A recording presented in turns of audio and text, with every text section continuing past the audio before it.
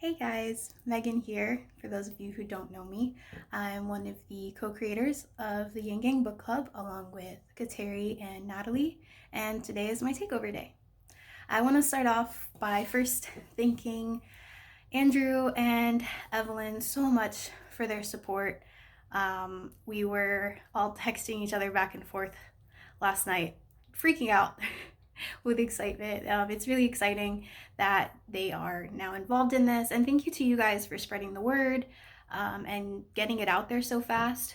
And then also thanks to Elle Magazine and Kateri for setting that up. That was really awesome.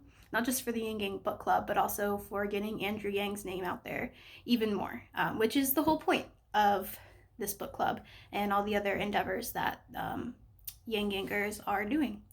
So I hope you guys stay tuned for my book recommendations, and I'll see you later. So honestly, it was really hard for me to choose 5 books to show you guys. You can kind of see in the background, I have a very extensive book collection. I love books. So I thought I would start with classics. I was an English major. I have a bachelor's in English, and a lot of people tend to focus on the classics. I personally don't love all of the classics, but one that I really, really love actually is Wuthering Heights. And I actually make a point to read this at least once a year because I just love it that much. I really enjoy all of the Bronte sisters and their works. They're very dark, but they have a lot of underlying themes that are really interesting to me. I actually wrote a whole paper on the Bronte sisters and Wuthering Heights in particular in college, and my teacher didn't like it because it was super dark, but I like it. Something about our generation, I feel like we're drawn to dark themes. But yeah, so that is my first pick. I recommend it if you enjoy old literature. Even if you don't, give it a try. So my second pick is actually kind of 2 picks in one. It's kind of a genre. So I got really into memoirs, and what got me into that was I was going through a used bookstore because that is one of my absolute favorite things to do, and I saw this book. It's called Look Me in the Eye. It's by John Elder Robinson. I don't want to say his name wrong.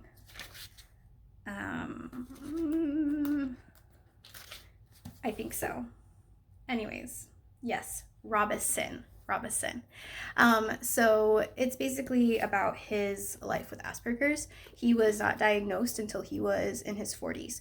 So it was kind of like his coming to terms with the way he is acting his whole life. So it was really cool to read that and to see someone's perspective with that. I'm really interested in reading other people's perspectives so that I can learn how to interact with people. And through him, his brother is Augusten Burroughs. He wrote Running with Scissors, which is such a great memoir. I believe they made it into a movie, but this is one of his books, Magical Thinking. So his books are kind of like a collection of essays throughout his life. I totally recommend him, Augusten Burroughs, because his life is so insane that you almost forget that it's nonfiction. He goes through so much in his life, and it's insane. I would tell you guys some of the stories, but I think I don't want to spoil it, and I just want you to read it. So yeah. So this next recommendation might sound a little weird, but the reason I liked it is because it helped me learn how to interact with people in my family. So it is called Confessions of a Sociopath by M.E. Thomas. It is written through the eyes of somebody who has been diagnosed as a sociopath. And I will say, I don't believe that in the new DSM, which is DSM-5, I believe, they do not call people sociopaths anymore. They put them in what's called the cluster B personality traits. So yeah, just a disclaimer. But this book really helped me learn how to better interact with my younger brother, and to kind of realize and come to terms with his actions are personal to me. It's just he sees the world a lot differently than I do. And so it really helped with healing some of those relationships. So again, that is Confessions of a Sociopath by Emmy Thomas. So this next recommendation is not necessarily a book. It's actually two series that I really like.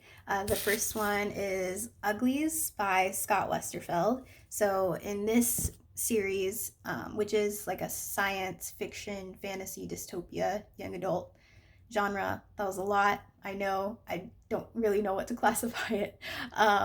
But in this world, anyone who isn't pretty is ugly, and you become pretty at a certain age, and then you go and live in this like utopic city or whatever. So that one's really, really good. And then the other one is the Lunar Chronicles by Marissa Meyer. So in this, you have characters that are based off of all of our favorite storybook characters. So you got Snow White, you got Cinderella, Little Red Riding Hood, the Big Bad Wolf, Sleeping Beauty, and all of that.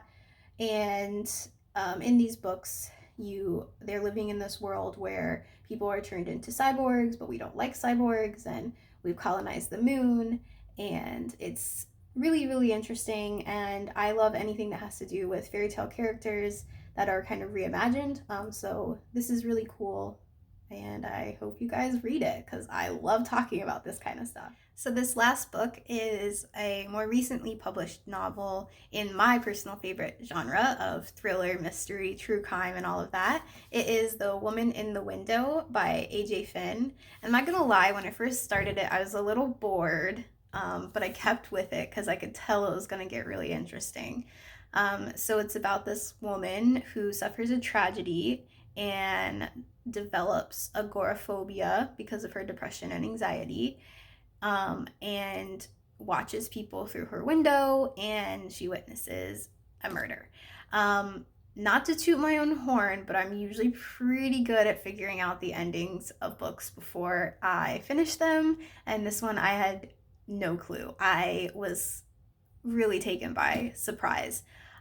So just for that alone, I recommend it because it takes you on this ride where you really aren't sure what's going on, but in a good way. Anyway, so again, that's The Woman in the Window by A.J. Finn. And that's the end of my book rambling. So thank you guys so much for listening. I hope that you guys read some of these recommendations. If you do, let me know. Give me a follow on Twitter. I love keeping up with you guys. And yeah, I'll see you later.